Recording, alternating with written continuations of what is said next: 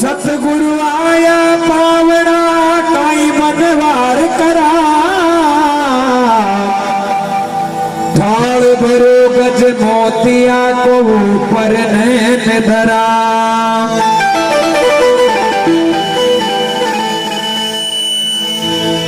गुरुदेवन के देव हैं और आप बड़े जगदीश सतगुरु परमानंद के मैं चरण झुकाऊं शीश। अरे सतगुरु जी महाराज मारा दादू जी महाराज ओ सतगुरु जी महाराज मारा दादू जी महाराज अरे भगता के आज पधारो जी मारा सतगुरु जी महाराज ओ भगता के आज पधारो जी मारा सतगुरु जी महाराज।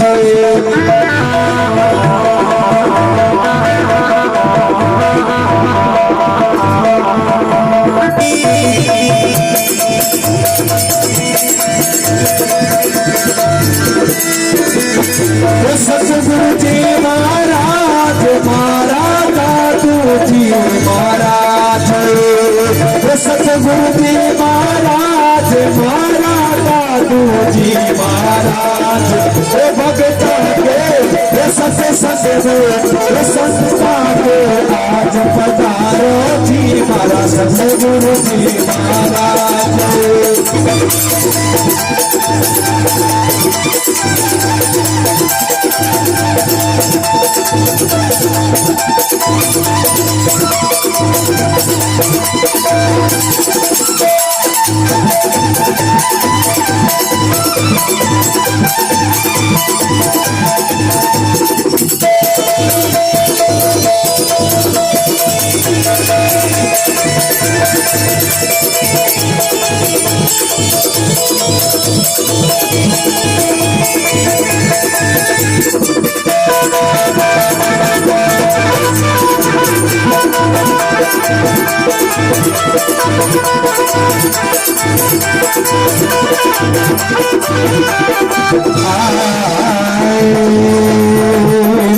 सतगुरु आया संत लोक से अमृत जारी लाया भाई रे अमृत जारी लाया।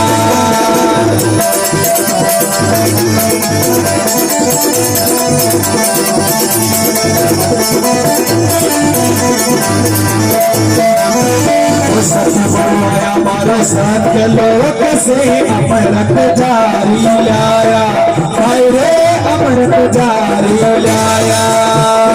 उन जारी का तीर पिलाया उन जारी का तीर पिलाया ब्रह्म ज्ञान निपजाया भगता के संसार के बड़े आज पधारो जी मारा साधु महाराज।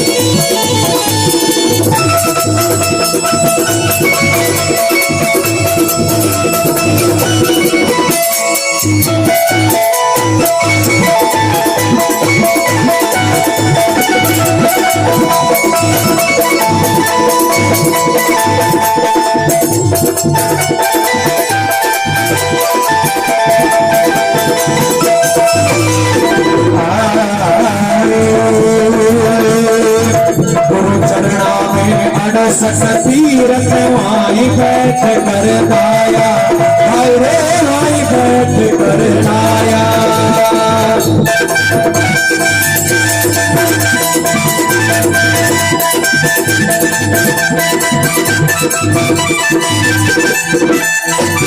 ज्ञान सबक का लिया रे झकोरा, ज्ञान सबक का लिया रे झकोरा, सारा पाप मिटाया। हे मारे आंगन हे संता के हे भगता के, आज पधारो जी मारा दादू जी महाराज।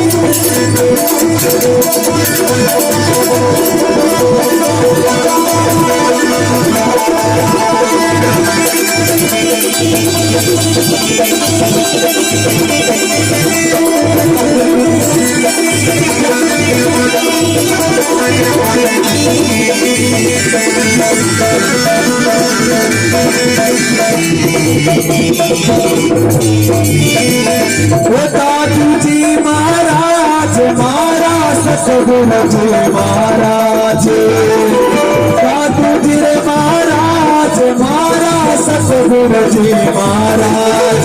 वो भगता के संता के आज पधारो जी मारा सतगुरु जी महाराज।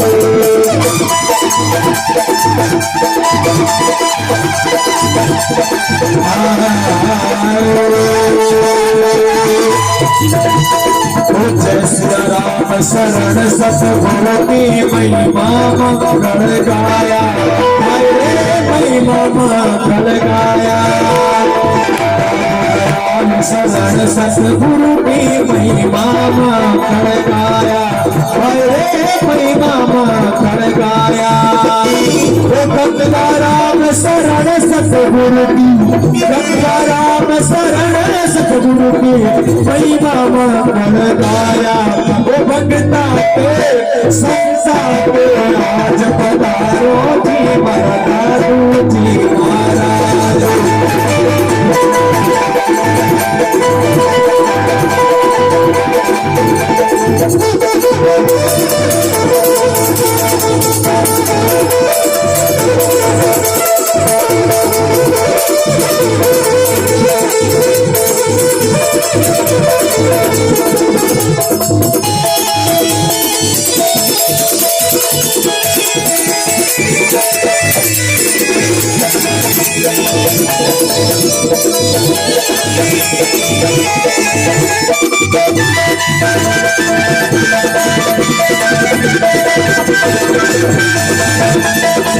दादू जी महाराज मारा, दादू जी महाराज, दादू जी महाराज मारा सतगुरु जी महाराज। वो भगता के संता के आज पधारो जी मारा दादू जी महाराज, मारा दादू जी महाराज, मारा सतगुरु जी महाराज।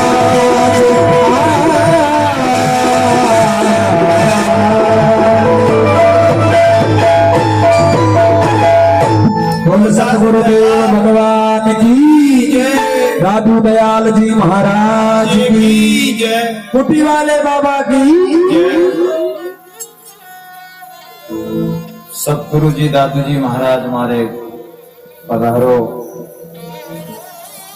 गुरु महाराज की बड़ी असीम कृपा होती है, और गुरु महाराज जब पधारते हैं, लेकिन हम बुलाएंगे, हमारी भावना होगी, हमारा प्रेम होगा, तो गुरु अपने आप आएंगे। कहते हैं कि गुरु को हमें गुरु है, शिष्य को अपने आप ढूंढ लेते हैं। हमारी जिज्ञासा होगी, हमारा प्रेम होगा तो गुरु अपने आप आ जाएंगे।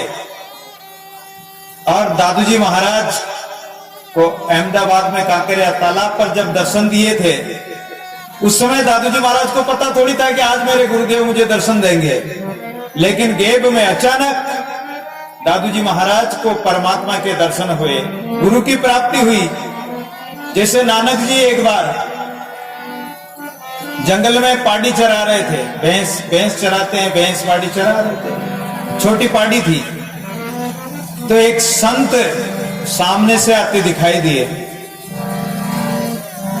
संत आता देखिए दीजिए शीश नवाई, न जाने किस भेष में नारायण मिल जाए। साधु अगर आता है, कोई साधु का दर्शन होता है, कोई संत देखते हैं तो देखते ही उनको प्रणाम करो, नमस्कार करो उनको, न जाने किस रूप में वो नारायण, वो भगवान आ जाए, वो परमात्मा आ जाए। और संत ही परमात्मा का रूप है। निराकार मन सुरती सो प्रेम प्रीति सो सेव, जे पूजे आकार को तो साधु प्रत्यक्ष देव।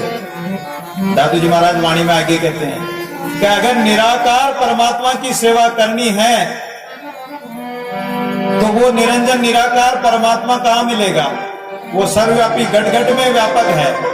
लेकिन अगर सगुण साकार परमात्मा की पूजा करनी तो ये संत महापुरुष है। संतों का दर्शन होना ही परमात्मा का दर्शन माना जाता है। जे पूजे आकार को तो साधु प्रत्यक्ष देव। संत महापुरुष ही परमात्मा स्वरूप है, परमात्मा है, ब्रह्म स्वरूप है। तो नानक जी महाराज ने प्रणाम किया संतों को, प्रणाम करके बिठाया, संतों ने आशीर्वाद दिया और बोले कि अरे नानक मुझे दूध पिलाओ।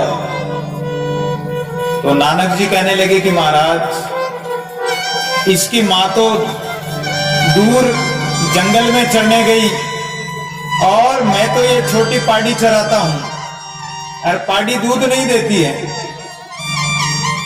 अब छोटी पाड़ी कैसे दूध देगी?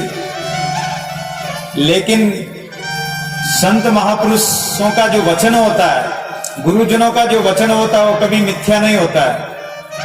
संतों ने कहा कि अरे नानक तुम दूध निकालो। और नानक जी कुछ पात्र लेकर उस पाड़ी के पीठ पे हाथ देकर सतनाम बोलकर, अपन सत्य राम बोलते हैं और वो नानक जी सतनाम बोलते हैं, बात एक ही है, सत्य राम बोलो सतनाम बोलो। तो वो पाड़ी के पीठ पे ऐसे थाप देकर सत्यनाम बोलकर और उस पाड़ी का दूध निकाल लिया, छोटी पाड़ी का, और संतों को दूध का पान कराया। संतों ने आशीर्वाद दिया कि जाओ तुम्हारा एक बहुत बड़ा संप्रदाय चलेगा, सिख संप्रदाय। आज भी वो नानक जी का सिख संप्रदाय चल रहा है। ये किसकी महिमा है? वो गुरु की महिमा, वो संतों की महिमा है, वो महापुरुषों की कृपा का फल है। तो अचानक नानक जी को भी ऐसे ही गुरु मिले। यदु राजा को भी दत्तात्रेय मिल गए और जड़ भरत जी मिल गए, उपदेश दे दिया। तो ये परमात्मा की कृपा से होता है। गुरु की प्राप्ति परमात्मा की कृपा से होती है और गुरु की प्राप्ति होने पर वो परमात्मा को प्राप्त करा देते हैं। ये परमात्मा की बहुत बड़ी महान कृपा मानी गई। दादू सतगुरु सहज में किया बहु उपकार, निर्धन धनवंत कर लिया, गुरु मिलिया दाता। दादू जी महाराज कहते हैं कि हमें तो सदगुरु ऐसे सहज में प्राप्त हो गए। कांकरिया तालाब पर भादवा की जो चौथ आती है, उस दिन दादू जी महाराज को परमात्मा के दर्शन हुए थे अहमदाबाद में कांकरिया तालाब पर। और सहज में ही हमारे सिर पर हाथ रखा और दिव्य दृष्टि हो गई, दिव्य ज्ञान हो गया। किया बहु उपकार। हम जन्मों जन्मों से अज्ञान माया मोह में पड़े हुए थे, इस भवसागर में डूब रहे थे, लेकिन गुरु ने हमारा हाथ पकड़कर हमें इस भवसागर से पार कर दिया। भवसागर में डूबता सदगुरु काढ़े आई, दादू खेवट गुरु मिलिया लिए नाव चढ़ाई। गुरु की ऐसी महिमा है कि वो राम नाम की नाव में बैठकर, राम नाम की जहाज में बैठकर मीरा पार उतर गई रे, ऐसा एक भजन में आता है। तो राम नाम की ऐसी महिमा है, सदगुरु की ऐसी महिमा है कि हम डूबते हुए प्राणियों को गुरुदेव हाथ पकड़कर हमें नाव में चढ़ा लिया, राम नाम की जहाज में बिठा लिया और हमें भवसागर से पार कर दिया। सतगुरु पशु मानस करे, मानुष ते सिद्ध सोय, दादू सिद्ध ते देवता, देव निरंजन हो। दादू जी महाराज कहते हैं कि सदगुरु पशु वृत्ति वाले प्राणी को भी मनुष्य बना देते हैं, और जो मनुष्य है उस मनुष्य को भी परमात्मा की भक्ति में लगाकर और सिद्ध महापुरुष बना देते हैं, और जो सिद्ध है उसको परमात्मा स्वरूप, देवता स्वरूप बना देते हैं, निरंजन निराकार स्वरूप बना देते हैं। ऐसे सदगुरु होते हैं। एक बार क्या हुआ, एक ग्वाल था, गाय भैंस चराने वाला ग्वाल। अब जो गाय भैंस चराता है, ग्वाल है, तो उसमें बुद्धि भी उतनी ही होगी। भैंस चराता, भैंस का दूध पीता, भैंसों को जंगल में ले जाता, चराता और पानी में बिठा देता, फिर विश्राम करके शाम को फिर घर ले आता। उसका यही काम था। जंगल में एक महात्मा की कुटिया थी, जैसे अपने बाबा की कुटिया है, ऐसे एक महात्मा की कुटिया थी, और उस कुटिया के पास में वो भैंस चराने जाता था। एक दिन उसने देखा कि ये महात्मा रोज बैठा रहता है, और इस महात्मा के तो प्रतिदिन भोजन भंडारे चलते रहते हैं, और महात्मा खा खा के महात्मा बहुत बड़ा भारी शरीर, मोटा शरीर हो गया। बोले ये महात्मा कुछ करता नहीं, कुछ कमाता नहीं, कुछ काम नहीं करता, फिर भी खा खा के मोटा ताजा तगड़ा हो रहा है। अरे बोले कि हम भैंस चराते हैं, इतना काम करते हैं, क्यों ना हम इस महात्मा के पास जाकर अपन भी महात्मा बन जाए, तो ये रोज रोज भैंस चराने का रगड़ा मिट जाए, ये काम करने का रगड़ा मिट जाए, और हम भी एक महात्मा बन जाएं। और वो महात्मा के पास गया। अब प्रणाम करना थोड़ी जानता, वो तो ग्वाल ही तो रहा। महात्मा को ना तो प्रणाम करना जानता, ना नमस्कार में जानता, ना राम राम बोलना जानता। ए मोड़ा, क्या मेरे को चेला बना लेगा? ऐसे ही बोला वो तो। अब ग्वाल ही तो है, तो ग्वाल की जैसी बुद्धि होती है, जितना उसकी बुद्धि है वैसा ही उसका विचार होता है। ए मोड़ा, मुझे चेला बना लेगा क्या? महात्मा ने सोचा कि ये ग्वाल है, ये भैंस चराता है, भैंस का दूध पीता, तो भैंस की जैसी मोटी बुद्धि होती है वैसे ही इसकी भी मोटी बुद्धि है। महात्मा ने बुरा नहीं माना।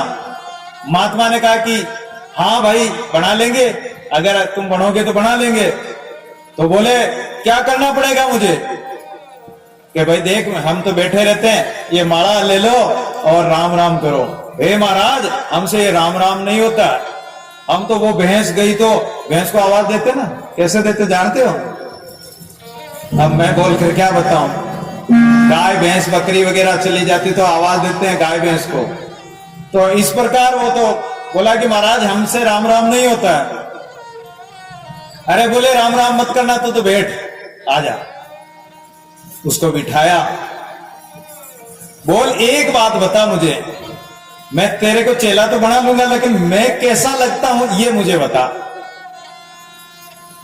अच्छा, थोड़ी देर वो महाराज की तरफ देखा, देखकर महाराज का मोटा ताजा शरीर देखा।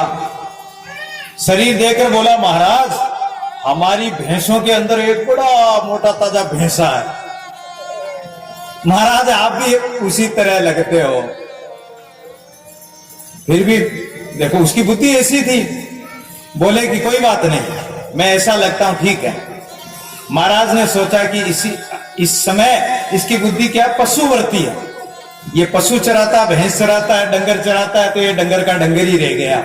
इसमें बुद्धि नहीं है, विचार नहीं है, समझ नहीं है। इसने सत्संग किया नहीं, शास्त्र पढ़े नहीं, कभी कोई स्कूल गया नहीं, तो ये कैसे समझेगा? लेकिन संत महापुरुषों में कई युक्तियां होती है, और संत महापुरुष उसको बिठाया और कहा कि देख ये झाड़ू निकालना। अब हमारे वो रघुवीर बाबा है और वो एक जगदीश भगत है। अब वो बेचारा नया नया आया तो उसको ये बैठा जगदीश भगत, अब उसको काम बताते कि ऐसे झाड़ू निकाल, ये करे, ऐसे पूजा करे, ऐसे भोग लगाना, ऐसे आरती करनी, ऐसे वो करना। बेचारा भोला है जो धीरे धीरे करता है।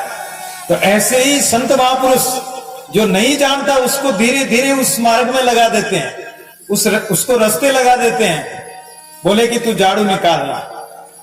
अब कहीं कचरा छोड़ दे तो धीरे धीरे उसको बताए बेटा तू अब के पानी भर के ला, या पानी छिड़क, पेड़ों को पानी दे, पौधों को पानी पिला, इसमें पानी भर दे, चिड़ियों के लिए पानी भर दे, चुगा डाल दे।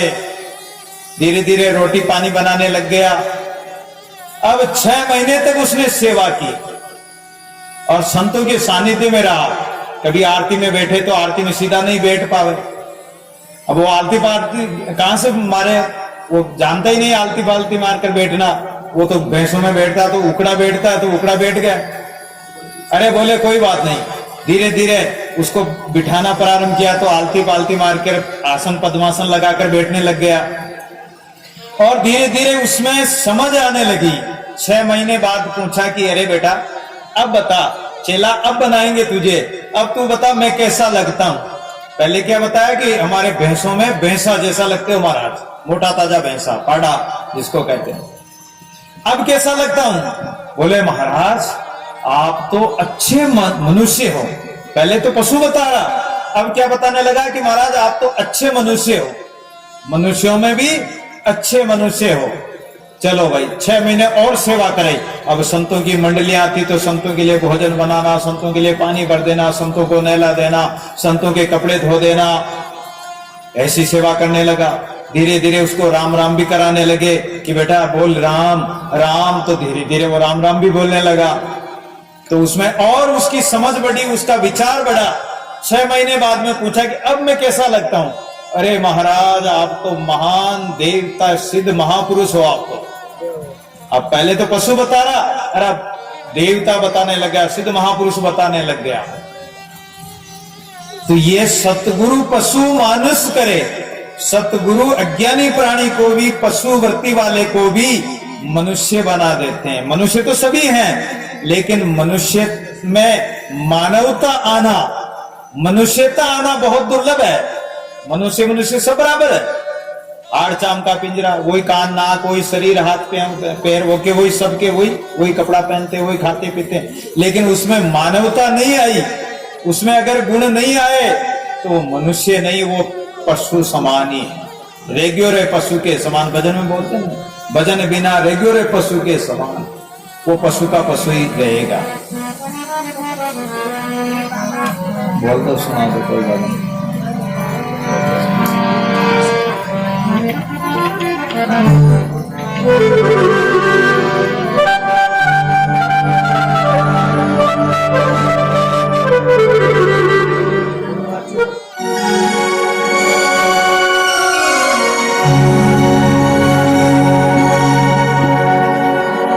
राम नाम रटते रहो जब तक घट में प्राण, कबहू तो दीन दयालु में वन पड़ेंगे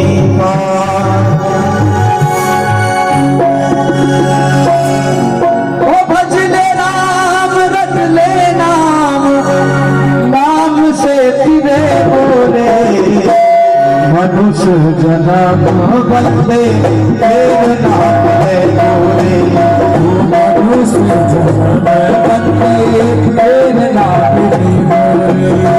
भज ले राम रट ले नाम, ओ भज ले राम रट ले नाम, नाम से तेरे बोले मनुष्य जन्म बंदे तेरे नाम है बोले, मनुष्य जन्म बंदे तेरे नाम है बोले।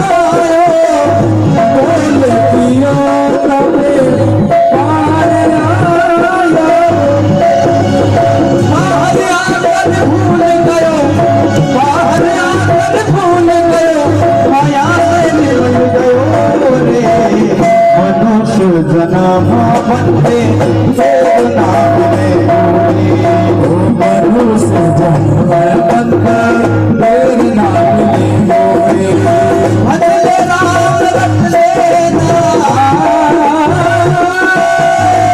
भजले राम रट लेना नाम से फिरे तोरे मनुष्य जन्म बंदे तेरे नाम में होए ओ मनुष्य जन्म बंदे तेरे नाम में होए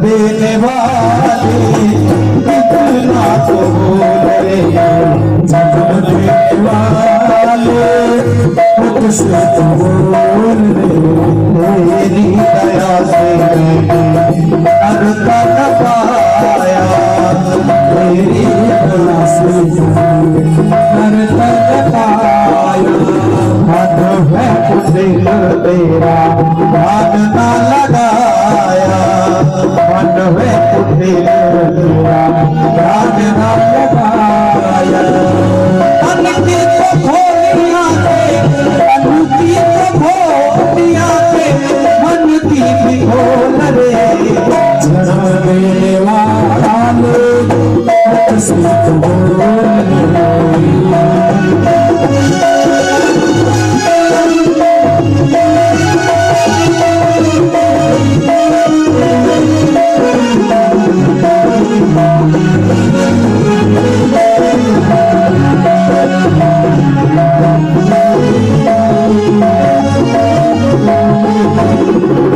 सोची न मैंने कभी मान धरन सोची न मैंने कभी मान धरन ओ सोची न मैंने मान धरन बादली गधरिया मैंने पाप करमानी बादली गधरिया पाप करमानी आखिर खुलेगी तेरी दुनिया से बोल रे जन्म देने वाले इतना तो बोल रे जन्म देने वाले इतना तो बोल रे ओ दादा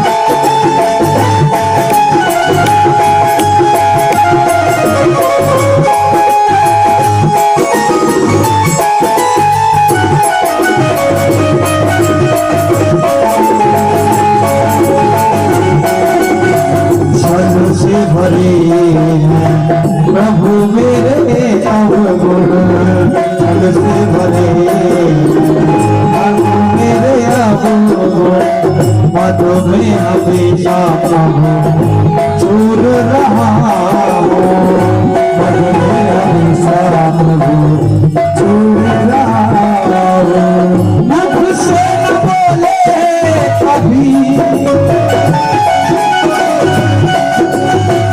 मुख से न बोले कभी तो मीठे बोल रे नम देने वाले कितना बोल रे देने वाले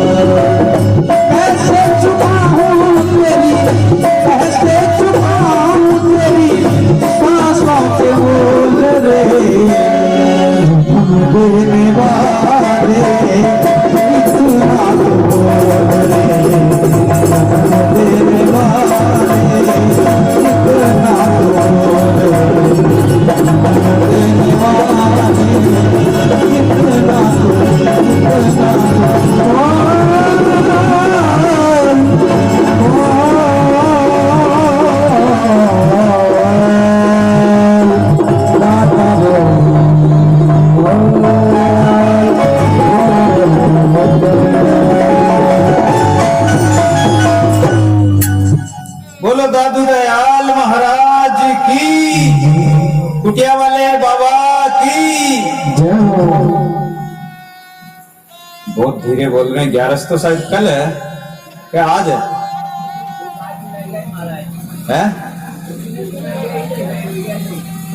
भाई 11 तो कल है, आज ही आप इतने धीरे धीरे बोल रहे हो, एक दिन पहले। बोलो दादू दयाल महाराज की जय हो। हाँ, अब तो कुछ पता लगा कि है कोई। कैसे चुकाऊं तेरी श्वासों का मोल रे, जन्म देने वाले इतना तो बोल रे। वो जन्म देने वाला परमात्मा हमें इस संसार में भेजा, किस लिए भेजा? भगवान का भजन करने के लिए। लेकिन हम यहां आकर क्या कर रहे हैं? आए थे हरि भजन को ओटन लगे कपास। किस लिए आए थे? हरि भजने के लिए, और कपास ओटने लग गए। कपास जैसे जीव जंजालों पड़ गया, उलझा नौ मन सूत, कोई एक सुलझे सावधान गुरुबाई का अवधूत। सूत अगर उलझ जाए और उस सूत को सुलझाना चाहें तो सूत क्या सुलझ जाएगा? सूत हाँ करे करे, उलझा हुआ सूत कभी नहीं सुलझेगा, बहुत मुश्किल है, असंभव है। इसी प्रकार ये संसार जो जिसमें हम मानते हैं कि संसार में सुख है, संसार में सब कुछ है, हम संसार में कुछ आनंद पाना चाहते हैं, संसार से कुछ हमारा स्वार्थ है और वो हम सिद्ध करना चाहते हैं। किसी के पास 10 हो गए तो 20 की इच्छा करेगा, 20 हो गए तो 50, 1000, लाख, करोड़, अरब, खरब पृथ्वीपति होने की इच्छा हो जाएगी कि मैं सम्राट बन जाऊं। स्वर्ग पाताल को राज करूं, तृष्णा अधिक अति आग लगेगी। सुंदर एक संतोष बिन सट तेरी तो भूख नहीं क्यों भगेगी, भूख नहीं भगेगी। तो ये तृष्णा, ये संसार का जाल, माया मोह तृष्णा, ये कभी मिटेगी नहीं। तृष्णा तेज तरंगनी तरल तरी नहीं जाए। बचपन चला जाता, जवानी आ जाती, खूब कमाते खाते, खूब उड़ाते हैं, सब कुछ होता है, और बुढ़ापे में भी वो तृष्णा नहीं मिटती है कि लाओ लाओ कमाओ और कमाओ और पैसा इकट्ठा करूं, तृष्णा नहीं मिटती। तो ये जाल, ये माया मोह का जाल कभी नहीं सुलझेगा। एक जन्म नहीं, जन्म जन्म बीत जाए तो ही नहीं सुलझने वाला। एक इस मनुष्य जन्म में ही नहीं सुलझा तो फिर तो पशु बन के सुलझाओगे क्या? जानवर बन के सुलझाओगे? नहीं सुलझा पाओगे, फिर तो 84 में और उलझ जाओगे। इसलिए मनुष्य जन्म मिला है, कुछ चेतरे कही क्या आया। अरे मूर्ख प्राणी चेत जा, सावधान हो जा। दादू आपा पर सब दूर कर, राम नाम रस लाग। दादू अवसर जात है, जाग सके तो जाग। ये जागने का अवसर है। संत जगा रहे हैं, शास्त्र जगा रहे हैं कि जाग जाओ, मौका है। अगर इस समय नहीं जागे तो फिर नहीं जागना होगा, फिर 84 में सोते ही रहो, फिर पशु जानवर बना दिए तो पराधीन सपने हो सुखना नहीं। कुछ चेतरे कही के आया। अरे तू परमात्मा से गर्भवास में कॉल करके आया था कि हे भगवान, मुझे इस गर्भ गुफा से बाहर निकालो, मैं तुम्हारा भजन करूंगा। और यहाँ आते ही मेरा मैं फंस गया। पहले पहरे रेणी दे बन जारिया, तू आया ये संसार वे, मात पिता कुल नारवे, जो बंदिया सब परिवार वे, माता पिता कुल नारवे। तो वो माता पिता कुल परिवार के बंधन में, माया मोह में, ये संसारिक संबंधों में फंस जाता है और उस परमात्मा के नाम को भूल जाता है, परमात्मा को ही भूल जाता है। भूलना संसार को चाहिए और परमात्मा को ही भूल जाता है। कुछ चेतरे कही के आया, इनमें बेटा फूल कर तेदे की माया। तू कहां बेटा है? इस माया में फूल कर फूला फूला फिरे जगत में, कैसा नाता रे, कैसा नाता तेरा, किसका संबंध, तू किसका, तेरा कौन है? तू जिसको अपना मानता वो क्या तेरे हैं? सुंदरदास जी महाराज कहते हैं कि वेरी गर माई तेरे जानत सनई मेरे, दारा सुत वित्त तेरे खोस खोस खाएंगे, और हूं कुटुंब लोक लूटे चऊं और ही ते। और मीठी मीठी बातें कहे तो सु लिपटाएंगे। संकट पड़ेगो जब कोई नहीं तेरो तब, अंत ही कठिन बाकी बेर उठ जाएंगे। जब अंतिम घड़ी आएगी, दुख की घड़ी आएगी, उस समय सब साथी दूर हो जाएंगे। आराम के साथी क्या क्या थे, जब दुख पड़ा तो कोई साथ नहीं आता है, कोई भी साथी नहीं बनेगा। आराम के तो साथी बहुत आ जाते हैं, लेकिन दुख में कोई साथी नहीं बनेगा। दुख का साथी साईया दादू सदगुरु होई। दुख में तो या तो साईं सच्चिदानंद परमात्मा साथ देगा या सदगुरु ही साथ देंगे। तू जान ते देखी है माया, तू जन जाने तन धन मेरा, मूर्ख देख बुलाया। अरे मूर्ख प्राणी, तू जानता है कि ये तन मेरा है, ये शरीर मेरा, ये संसार मेरा। दादू जी महाराज कहते हैं कि दादू रे तन अपना नहीं तो कैसे भैया संसार। क्या रुपया आपने बनाया, धन आपने बनाया? धन आपने नहीं बनाया, धन पृथ्वी में से निकला है। पृथ्वी आपकी है, पृथ्वी भी आपकी नहीं। ये वायु, ये जल, ये सृष्टि संसार आपका है, ये भी अपना नहीं है। अपने लिए है, परमात्मा ने अपने लिए बनाए, लेकिन अपने नहीं। श्वास अपने लिए बनाए, हम श्वास ले सकते हैं, परमात्मा ने बनाया हमारे लिए। हम इस श्वासों का सदुपयोग करें तो हमारा भला है, और नहीं करें तो ये श्वास तो एक दिन निकल जाएंगे, फिर क्या करोगे? तो श्वास अपने लिए है लेकिन अपना नहीं। जल अपने लिए है लेकिन जल अपना नहीं है। जल में डूब जाओ तो मर जाओ। अग्नि अपने लिए भोजन पकाती है, जठराग्नि पेट में भोजन पकाती है, लेकिन गर्भ में बच्चा रहता है, कितना कोमल होता है, भगवान उस जगह भी रक्षा करता है। गर्भवास जिन राख्या पावक ते न्यारा, युक्ति यतन कर सींचा दे प्राणा धारा। गर्भवास में माता पिता की भी गम नहीं है। ताप पीवायो खीर, माता पिता वहां दूध थोड़ी पिला सकते हैं उस बच्चे को, लेकिन उस समय भी परमात्मा नाभि के द्वारा, उस नली के द्वारा ही माता जो खाती है, उसका रस के द्वारा उस बच्चे का पालन परमात्मा करता है। और फिर उस परमात्मा को हम भूल जाते हैं। ते देखिए माया तुझ नहीं, तू देख कर फूला फिरता है इस माया में। तू जिन जाने तन धन मेरा, मूर्ख देख बुलाया। आज काल चल जावे दे ऐसी सुंदर काया। दादू जी महाराज कह रहे हैं कि आज काल चल जावे। कोई आज गया, कोई काल गया, कोई जाने को तैयार खड़ा। ये पूछ की नौबत बाज रही, ये नौबत बाज रही है, काल नगाड़ा बजा रहा है। जिसका नंबर आ गया उसको उठा ले गया, और जिसका नंबर आने वाला वो तैयार खड़ा है। कोई खाट में पड़ा है, कोई शमशान में पड़ा है, चिता पे पड़ा है, कोई कहीं गाड़े, कहीं गाड़ी, कहीं गार्डन जाए, कहीं गार्डन की करे दादू जीवन आए, कहीं जाले, कहीं जाले, कहीं जालन जाए। कितनों को जला दिया, कितनों को जला रहे हैं, कितनों की तैयारी हो रही, कितने जलने को तैयार मुर्दे खड़े हैं। अगर काशी में जाओ, बनारस में, तो वहां हरिश्चंद्र घाट पे कितने मुर्दे पड़े रहते हैं एक्स्ट्रा। एक को जला रहे हैं, उसको आधा जलाया गंगा में प्रवाहित कर देते हैं, दूसरे मुर्दे को लाओ, उसको थोड़ा जलाया, मुंह द्वारा, और उसको गंगा में प्रवाहित कर देते हैं। तो कहीं जाले, कहीं जाले, कहीं जालन की जाए, कहीं जालन की करे दादू जीवन ना आए। जीवन का क्या भरोसा, क्या पता इस जिंदगी का, पल से पल में क्या हो जाए पता नहीं। तकदीर का एक अगले क्षण का, एक पल भर का ही पता नहीं। पाव पलक की सुधी नहीं, श्वास शब्द क्या होई, कर मुख माई मेलता दादू लखे ना कोई। ये श्वास बाहर निकला, अंदर गया, और बाहर निकला, वापस आए कि नहीं आए कोई भरोसा नहीं। महात्मा बुद्ध रास्ते में जा रहे थे, एक सामने से एक संत मिल गए, अपने शिष्यों के साथ जा रहे थे। संत ने आकाश की तरफ मुंह करके अपना मुंह खोला, यानी श्वास निकाला, और वापस मुंह बंद कर दिया। बुद्ध भगवान ने एक पैर उठाया, ऊंचा उठाकर वापस रखकर वापस चल दिए, जैसी चाल चल रहे थे चल दिए। शिष्यों ने पूछा, महाराज हम तो समझे नहीं, आपने क्या बात की, आपने क्या संकेत किया महाराज? तो वो संत ने कहा कि मैंने जो ये श्वास, मुंह खोल के श्वास निकाला, मैंने ये संकेत किया कि ये श्वास अंदर तो आ गई, और ये जब बाहर निकल जाएगी वापस आए कि नहीं आए इसका कोई भरोसा नहीं। एक पैर उठा है, वापस उठे कि नहीं उठे, दूसरा पैर उठे कि नहीं, दूसरा कदम रखें कि नहीं रखें, कोई पता नहीं।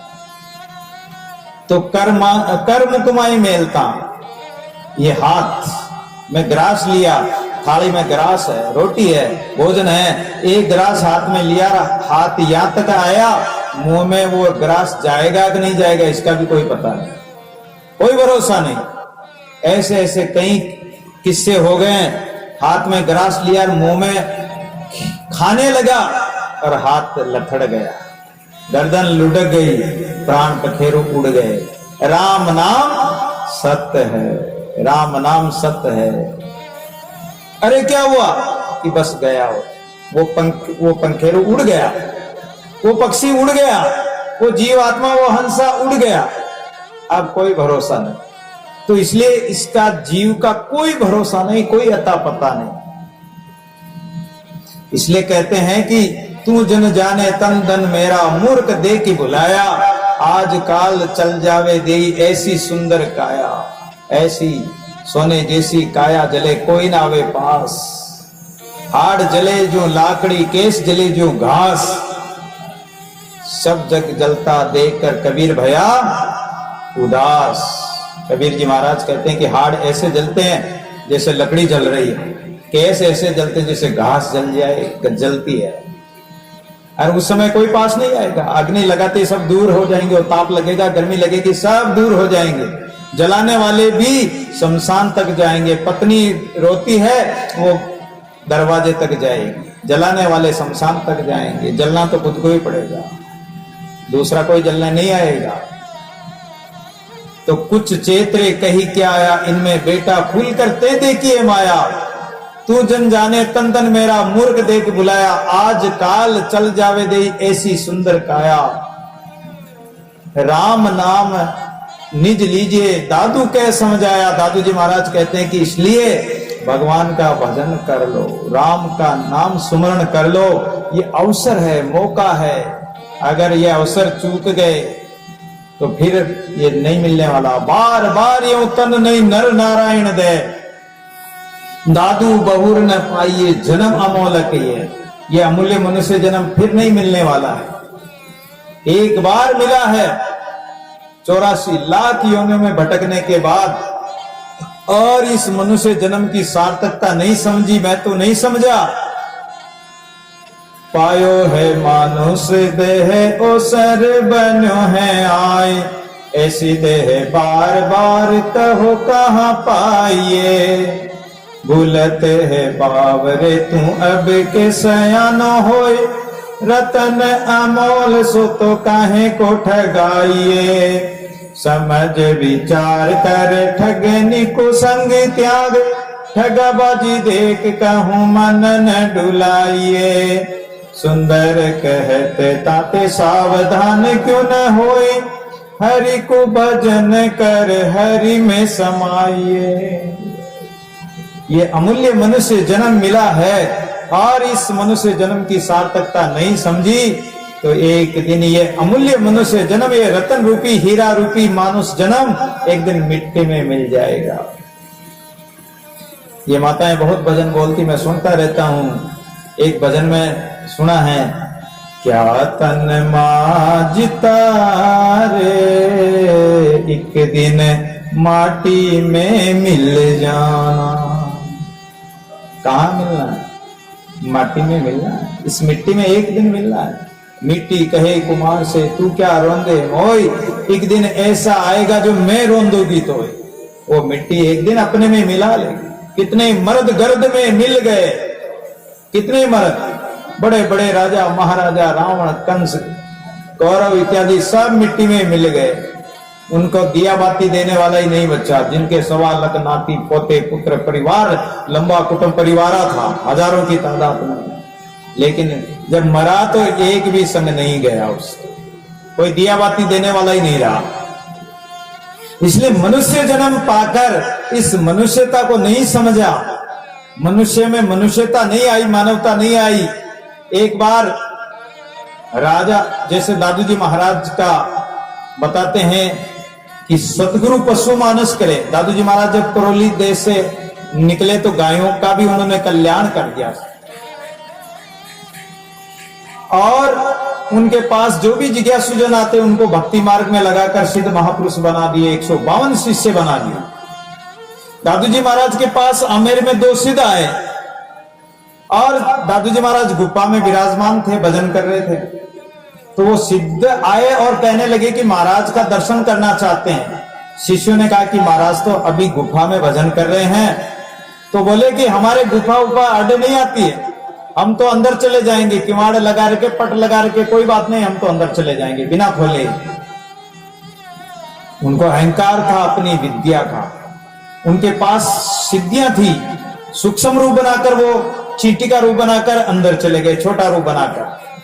8 प्रकार की सिद्धियां होती, अणिमा, महिमा, लगिमा, गरिमा, महिमा, इशितु, वशितु, प्राकम्य, 8 प्रकार की सिद्धियां होती। अणिमा, अणु के समान छोटा हो जाना। लगिमा, थोड़ा लघु रूप बना लेना। महिमा, महान रूप बना लेना। ऐसा संतों में, साधकों में जो साधना करते, भजन करते, उनमें ये सिद्धियां आ जाती है।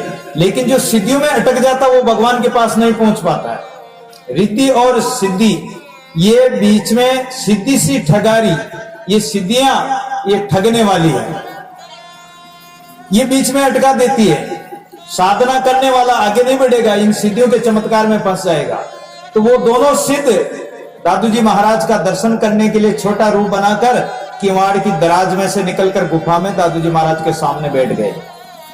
दादू जी महाराज उस समय ध्यान लगाकर भगवान का चिंतन कर रहे थे। अब वो दोनों सिद्ध बातें करते हैं कि दादू जी महाराज को हमारा पता ही नहीं कि हम आ गए। अरे हम छोटा रूप बनाकर गुफा में प्रवेश कर गए। दादू जी महाराज सब त्रिकालदर्शी थे, वो तो सब जानते, लेकिन ध्यान कर रहे थे, चिंतन में थे। अरे बोले दादू जी महाराज को तो काबुल में घोड़े दौड़ रहे हैं वो भी नहीं दिख रहे होंगे।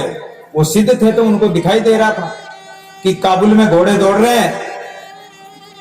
तो दादू जी महाराज ने आंखें खोली और कहने लगे कि संतों, आप कैसे आए? गुफा का द्वार तो बंद था। बोले महाराज हमारे द्वार वार कुछ अड़े नहीं आता, हम तो छोटा रूप बनाकर अंदर आ गए।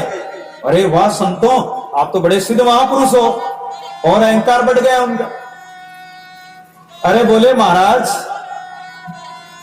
काबुल में घोड़े दौड़ रहे हैं, आपको वो भी दिख रहे होंगे। दादू जी महाराज ने कहा कि वो घोड़े तो दिख रहे हैं, लेकिन ये बताओ तुमने घोड़े तो देख लिए, लेकिन उन घोड़ों में सबसे आगे घोड़ा किस रंग का और उसके कान का रंग क्या है? अब उनकी शक्ति नहीं चली। बोले महाराज हमें घोड़े तो दिख रहे हैं, लेकिन वो नहीं बता सकते कि घोड़ा किस रंग का है, आगे वाला घोड़ा। तो बोले कि सफेद घोड़ा और नीले रंग के कान हैं उसके। दादू जी ने बताया। जब वो चरणों में गिरे कि महाराज हम तो इन सिद्धियों के चक्कर में फंस गए महाराज। बोले कि तुम्हारी सिद्धियां भी अधूरी है।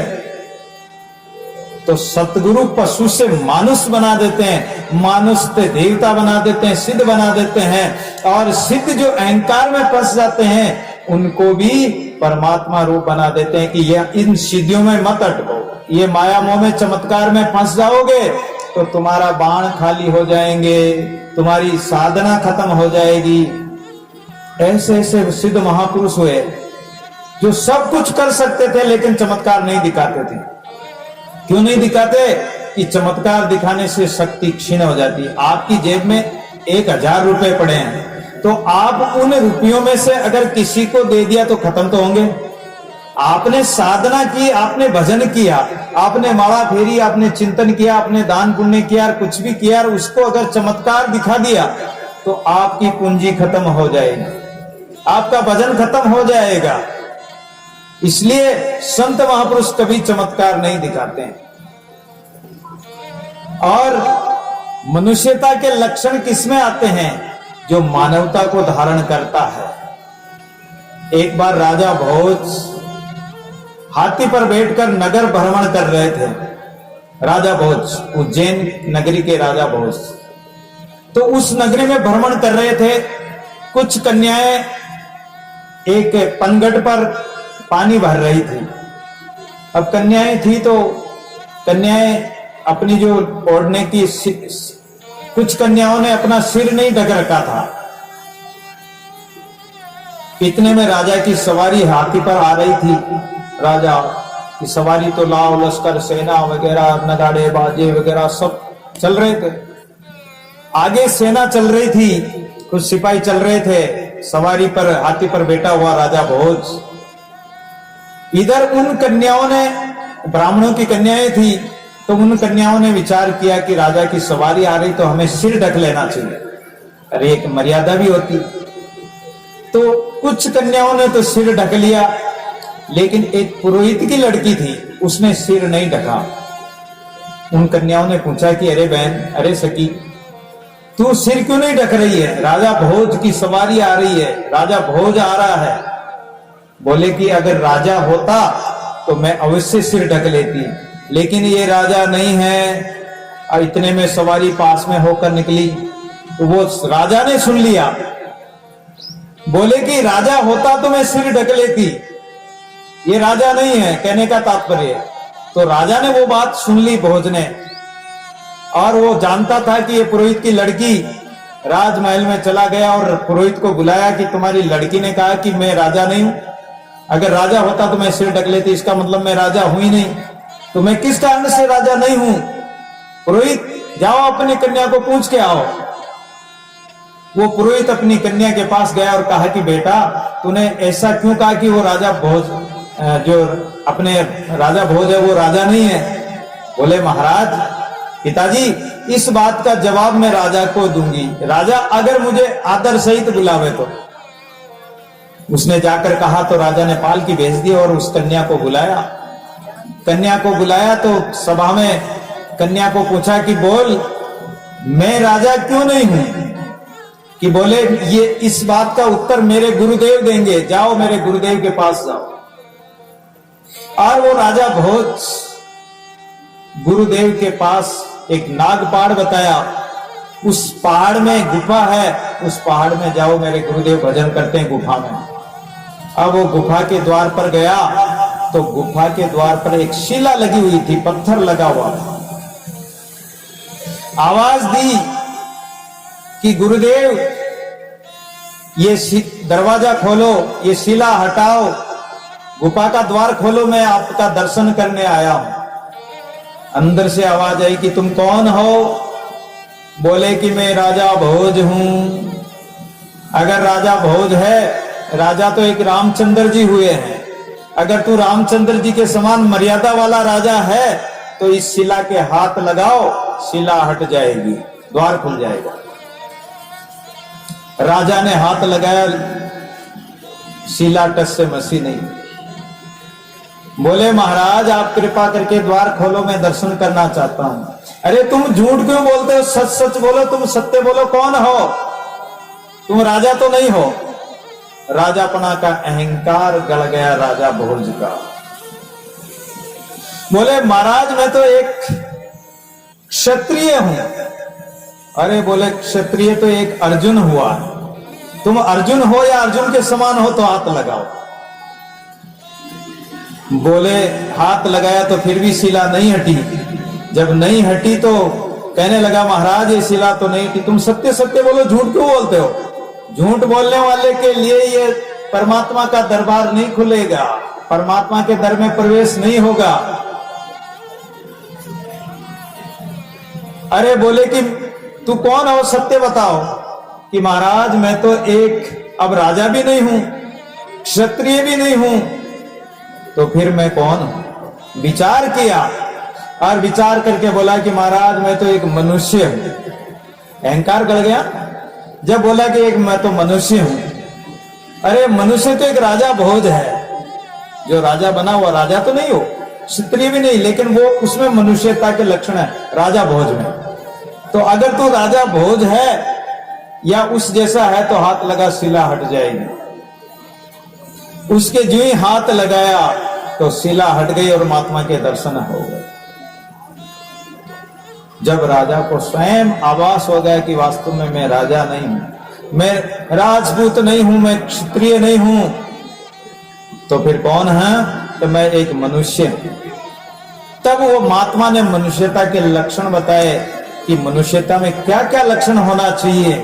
मानव मनुष्य मात्र सब बराबर है, शरीर से एक समान है, लेकिन वो मनुष्य नहीं जब तक उसमें मानवता नहीं आए, उसमें ये गुण नहीं आए। जिसमें 32 लक्षण हो वो मनुष्य कहलाए। अब 32 तो नहीं हो सकते, लेकिन एक गुण भी अगर हो तो वो मनुष्यता की श्रेणी में आता है।